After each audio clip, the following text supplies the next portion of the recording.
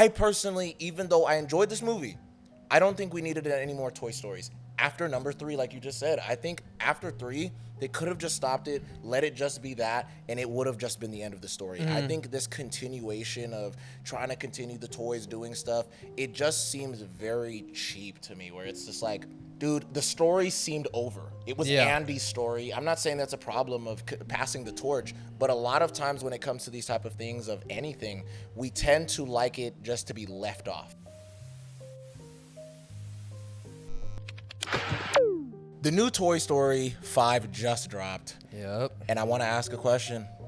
Did we need another Toy Story, dog? Yeah, that's an interesting question. You know, I thought that ever since I seen Toy Story 4. Like, after watching Toy Story, or when Toy Story 4 got announced. Released, I was like. Or announced, yeah. Toy Story 3 was such a good send-off for the characters, I think, you know, especially with them, you know, him giving his toys to Bonnie, and, you know, even that scene where they were in the trash compactor and they're about to burn and stuff. Like, that was such a good scene. I think everyone, when Toy Story 4 got announced, it was kind of like, this is just a cash grab. What the hell is going on? Yeah. And then Toy Story 4 came out, and it wasn't that bad. Like, especially animation-wise, like, it had really good animation. Yeah, yeah. So, and the story wasn't terrible either, you know what I mean? Toy Story 4 was actually really good, but I think Toy Story 5, dude. Yeah. As much as when I see Toy Story 5 got announced, I was like, why the hell are they making another Toy Story 5? Yeah, immediately. And then I found out the story is going to be about kids dealing with technology over toys. The toys have to deal with the technology. And I said, yes. This is perfect. We need this movie. Immediately, I was like, dude, we need this movie more than ever, dude. Yeah. You know what I mean? Especially for these kids. Like, perfect time this is a perfect time to make this type of movie with the culture that we are in right now. And a lot of little kids are going to go watch the new Toy Story movie. Definitely. A bunch of parents are going to take them, not even knowing that that's the message of this movie. Not for reals, yeah. So it's going to end up being a lot of, you know, just like how a lot of kids went to watch Lilo and Stitch, right? Like, and that movie made over $1 billion, I'm pretty sure. This movie's guaranteed going to make over $1 billion. And there's going to be so many families that are just going to go and be like, oh, you heard the new Toy Story's coming out? Let's take Junior, yada, yada. And they're going to go and be pleasantly surprised. Definitely. I'm going to be so honest. But before I get into any of the good stuff, I just want to say, I just want to go a little bit deeper into that point of, I personally, even though I enjoyed this movie, I don't think we needed any more Toy Stories. After number 3, like you just said, I think after 3, they could have just stopped it, let it just be that, and it would have just been the end of the story. I think this continuation of trying to continue the toys doing stuff, it just seems very cheap to me, where it's just like, dude, the story seemed over. It was Andy's story. I'm not saying that's a problem of passing the torch, but a lot of times when it comes to these type of things of anything, we tend to like it just to be left off, like with God of War coming out right now, right? Most people are just driven because they don't really want too much of a continuation. I even hear a lot of people don't want a continuation of the kid, Atreus. You feel me? So that's what I believe. I think that the continuation is my only problem of just let the series breathe, dude. Just let it have its room for, I know Toy Story has been, you know, it was a long period between number 2 and 3 or whatever the case may be. I get it. But 3 was the last one, bro. Yeah. Personally. I'm not saying 5 wasn't good, but 3 was the last movie. I get what you mean, yeah. 3 could have definitely been the last one of the series, and it wouldn't have really changed anything, and that would have been a very good send-off of the characters. You know, they get with the new kid and all this stuff. You know what I mean? They went through, they accepted that Andy's growing up, and we got to get past Andy and stuff. You know what I'm saying? Yeah. I do agree with you that if they wanted to, they definitely could have stopped at Toy Story 3, and I would have been perfectly fine, bro. But I just think the concept of having, like, these kids are iPad kids. And the toys have to deal with the iPad kid stuff. I think that was too much of a perfect opportunity for them to pass on. I'm not gonna lie. 100%. Let alone with it being Toy Story. You know it's like, come on, bro. This is like the perfect one to do it with. I get you. Because I think Toy Story 4 could have been skipped. I don't think they needed Toy Story 4 for reals. If it would have went 3 and then 5, that would have been perfect. 100%. That would have been perfect. Yeah. I agree. I think that, because to be honest with you, that's literally my only criticism of the movie. Yeah. I'm going to be honest, is the fact of that they did a 5th one. Yeah, was it necessary? Was it necessary? That's literally my only criticism. So I'm going to be honest, for the rest of this video, you guys are going to hear a lot of glazing from me. Nah, for real. This is just me. I don't know about you, but this is me personally. I'm going to be honest with you. I really enjoyed the movie and even just the message. I feel like this is just a good message for kids or even just adults in general, parents as well, of like, you know, paying attention to your kids. And you kind of see how the parents are paying attention to the little girl and they're seeing that she's not making friends, you know, and spoilers for anybody who hasn't seen the movie yet, but she's not making friends, and it's hard for her because she's the only kid in her neighborhood still playing with toys, right? And I liked that concept of her being the only kid that was still unplugged, you know, and I liked the shots that they would show to personify how much it's changed in the world, where they would show the shots of all the kids in their windows, and they all have the blue screen right in their face. Yeah. And, you know, the one house that doesn't, it shows a little girl, she's just playing with her toys, and also, up and down. Know, like all the kids in their houses, it's like dark, and they have the blue screen. Hers is the only one that's warm, light up, and she's playing with her toys. Yeah, exactly. That's very interesting of the, you know, and that's just, I like when movies do that, where they personify certain things like that. And there's a couple other things that I'll get into later, but yeah, man, I just think the messaging was really good. And just beyond the message, I think the story was going back to what you were good at. That's what it really felt like. Was they were like, okay, what made Toy Story special in the beginning? They went back to a lot of those early tropes where, you know, Buzz and Woody having the beef, and, you know, they even do the Buzz flight again, but it was really cool how they did it this time, right? And I like that it was like an updated version where they were pretty much all drones. Yeah, they're flying with style. You know, that was dope. I really liked that scene, and, you know, them flying with the horses and stuff. It was like really dope. So I think just the adventure aspect of the story and kind of making Jessie the main character that was cool, really interesting, and I liked that because, you know, she was the other half of Woody that we always, you know, it was always in the beginning. Obviously, it was Buzz and Woody, but when she got introduced in the second movie, Jessie was always that other piece of like, you know, so it made a lot of sense to me that they did it. She this was way. Definitely like the big three out of the toys in the Toy it was Story. Literally. Out of them, they're literally like Batman, Superman, and Wonder Woman. Yeah, literally, Woody, Buzz, and Jessie. Yeah, they're like all the main three. And, you know, like I always thought as a kid, like, or even like, you know, watching these movies growing up, it was like Jessie's story is the most like heartfelt, like, the most like sad story out of the three of them. Like the fact that she got abandoned twice by her kids, pretty much, like first with her first kid, and then with Andy, and then now she's going through the same things with Bonnie. And it's kind of like she's like feeling this thing like, damn, I'm the useless toy. Like, it's always my fault type of thing. You know what I'm saying? And you know what's something interesting that I also seen a message in there as well is you notice how Jessie has been basically abandoned twice, and she still had hope. And I think it was a good thing of like, don't lose hope. And Jessie started losing hope in that moment, and the people around her reminded her who she was. It was like, it's not your fault. You're a good toy. You're whatever. It's not about you. You know, it's just things happen. And another thing too is we don't really know why sometimes you move apart from some people. And I like that element where Jessie thought the whole time this little girl just threw her away or just whatever. But in reality, it wasn't just that. And she still remembered Jessie all the way to the point where she named her daughter after Jessie. That killed me. And that was one thing I liked about the movie, where it's like, it wasn't like Jessie understood it on her own terms. Like, she figured out, like, not only did she didn't forget about me, but I also played a big enough role in her life that she named her daughter after me. You know what I'm saying? Yes, bro. And I thought that hit so hard in that when like Buzz and Woody came up and tried to tell her, like, you know, you're worth more. She's like, I already know. Like, I already know the impact I have on my kids and everything. And it's like, I can only do so much with my kids as long as like I'm here in this moment now with them is all that matters. Enjoy it, You know Let them enjoy their youth right now with the toys. And you know what was another thing I really liked that I thought they were gonna do the cliche, but they didn't, was immediately all the devices are evil. That's what I was thinking, right? But I liked it because it was almost this thing of immediately people could have just been like, oh, this is woke garbage. They're just trying to say that the wood carts are oppressors, the devices.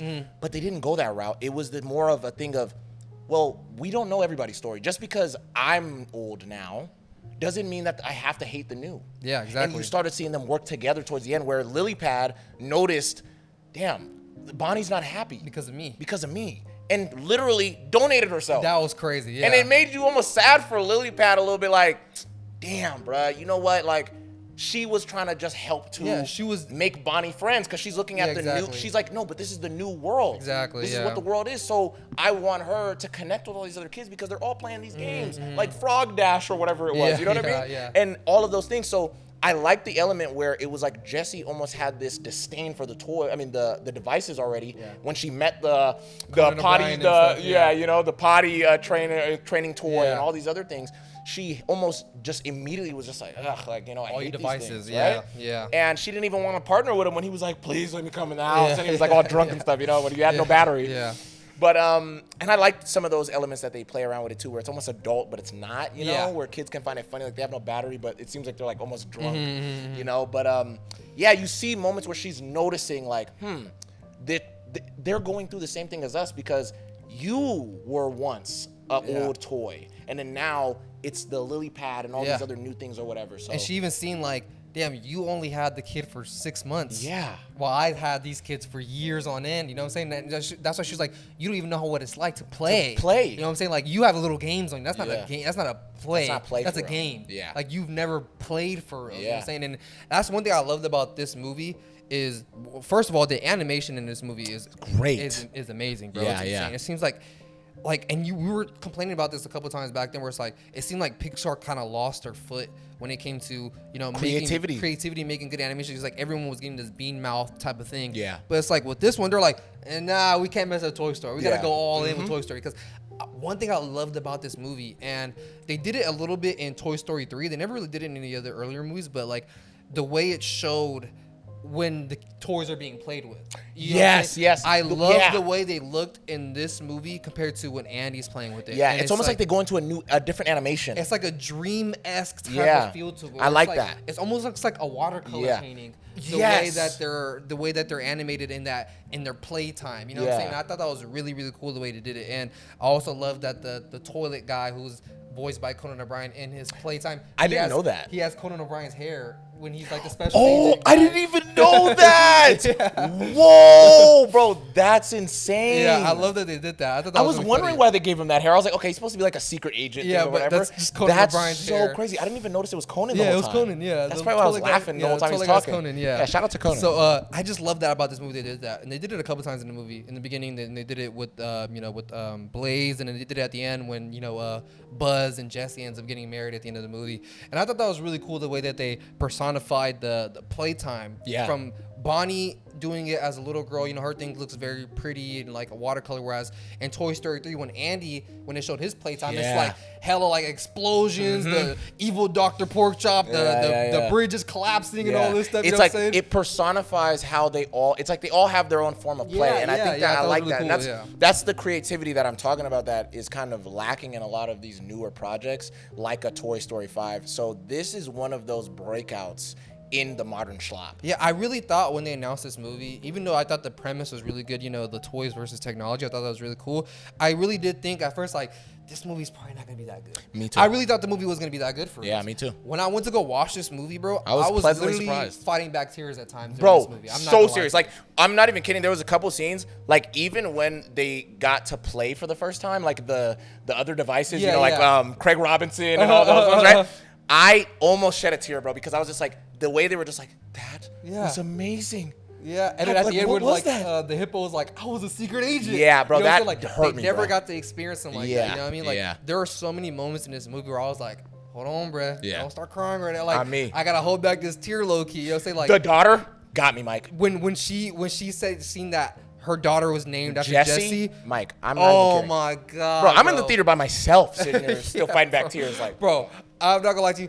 That part almost got to me. Really. When she seen that her original kid named her daughter after her, dude. Yeah. Like, oh my God, bro. Like, I did not think they still had it in them to get these tears out of me. I'm talking like, I didn't think that they still had the Disney magic in them, bro. I thought it was over with. The fairy dust I thought was done out the bag, bro. I swear to God. I'm thinking, bro, still got some. You feel me? They still got a little bit, They still got a little bit of it. Because there's a couple moments in this movie that really made me like, oh my God, bro. Like, it really made me almost tear up. Like those I'm 8 years old again. Bro, I swear to God, like, even the last scene where her and Blaze are like, she's kind of shy and she's using Jessie to talk to Jessie. Yeah, dude. And then Blaze kind of like pretends to like her hair is her beard and stuff. That almost got me too, start playing again, bro. Yeah, that almost got me. That scene almost... It's a cute little scene with kids, bro. I swear, dude. Like, those scenes got me. And another scene that almost got me was, and another thing that I loved about this movie that was cool was the Buzz Lightyear toys that were abandoned on that island. Mike, I'm glad you just brought that up. I was gonna say this. I love those Buzzes. Bro, I want to get into this, bro. I was literally going to say this, and I wanted to mention this. I would literally watch an entire movie about just the Buzzes dealing with normal, like everyday shit on the island. Like we don't see them; they don't have to be stuff, played with or anything. They're just dealing with everyday life, bro. Because that was the coolest thing, seeing the Buzzes like go on the island and they're all like when they scanning the island and stuff. You know what I mean? I was like, bro, I would literally watch a movie and they made it like, you know, it's like a parody of like Predator or something like that. And it's like Buzzes, and they're dealing with these things in the Amazon or whatever jungle they're in. You know what I mean? And it's like, and it would be funny because to them it'll look like these beasts and it'll be like a squirrel.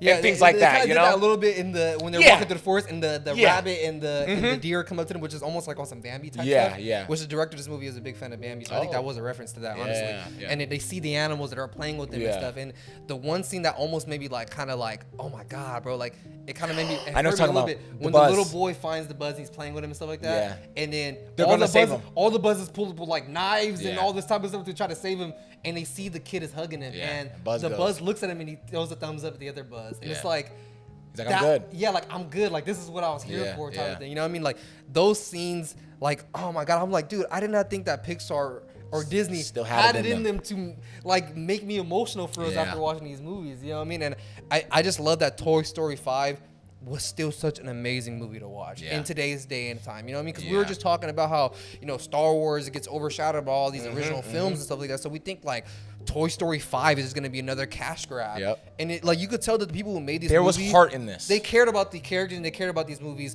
a lot. Especially the fact of that this was their final send-off, it seems like. Well, I mean, that's the thing. It's open-ended.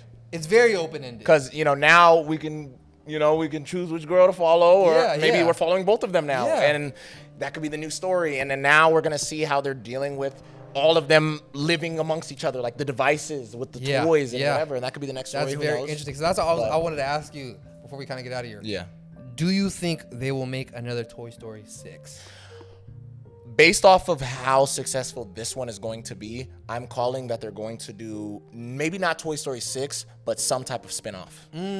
I'm calling that right now. I don't think they're gonna go directly Toy Story. I think maybe a Disney Plus show. Maybe Disney Plus show, where it might like the quality might look a little bit less, but I think the show might still be pretty decent, and it might be from the perspective of the toys for majority of the show, and then maybe at the end of every episode, go down and start playing with them or whatever. That'd be cool. Because it seems like the people who make this movie and that work on Toy Story love working on this, because it's almost like when they work on this film, it's like they're bringing back their kid selves again. And even like, you know, Tim Allen and Tom Hanks really enjoy playing Woody and Buzz. From the interviews that I've seen of them, it's like it seems like they would, as long as the story is good, they will always come back for these characters, regardless of what it is. You know what I'm saying? So it's a part of them now. You know, I'm not gonna lie. At first, when Toy Story 4 got announced, and after Toy Story 4, I was like, I don't want to see Toy Story ever again. Put the toys in the bin and don't let them out again. You know what I'm saying? Throw them in the but garage. After watching Toy Story 5, take them out. If they handle it with the same care that they handle this movie, bro. I'm down to see another Toy Story 6 if the story and the premise is good and everything about it is handled with care, just like how this movie was. Because I ain't gonna lie, bro, this movie pleasantly surprised me.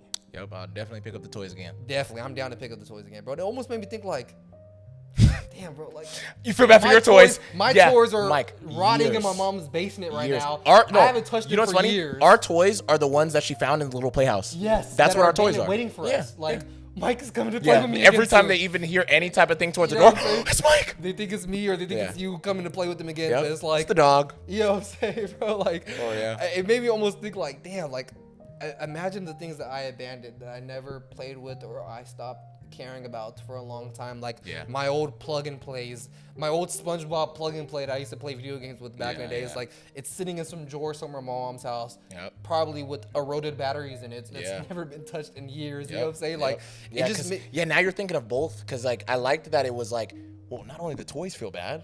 That was interesting. Yeah, the even the early technology is kind of like, well, what about us? Yeah, you know what I'm saying? And it made me interesting. One thing about this movie, and I hope like the kids that watch the movie in the future, it made me like really appreciate the things I had when I had too. You know that I wasn't on devices and stuff. You know what I'm saying? It really made me appreciate that, and not only that, like it made me just appreciate like the toys I had growing up. Yeah. And even like the minimal technology stuff that I had growing up, you know what I'm saying? Like little lily pads or whatever the fuck that I had, leapfrogs that I had growing up as a kid, you know what I'm saying? Like it really made me appreciate like the simplicity of them and the fact that I was able to use my imagination so much growing up, whereas like the kids nowadays, like their imagination gets sucked away so much by this technology, by iPads. Like, and I think, and you told me before we watched this movie, like one of the things that from the trailer that really like was like, damn, bro, that really hit was when Woody said, "Toys are for play, but tech is for everything." That line hit me in the movie and I too. think that messes up so much kids because it's like you get taken away the imaginative freedom that you have if you were playing with toys. You have so much imagination. You're creating these stories with these characters that are your own. Whereas like with technology, it's already like, structured for you. It's structured for you, and you're just following what it's telling you to do. You know what I'm saying, bro? But I don't know, bro. I think this movie was a banger, bro. And hopefully Pixar and Disney comes out with more movies like this in the future, bro. Yeah. But let us know what you guys think about the movie down below if you guys seen it yet. Do yourselves a favor, bro. Go watch this movie. It's actually a good one for real. Yes. Let us know what you guys think down below. Like, comment, subscribe to the channel, and we'll see you guys on the next one. See you guys.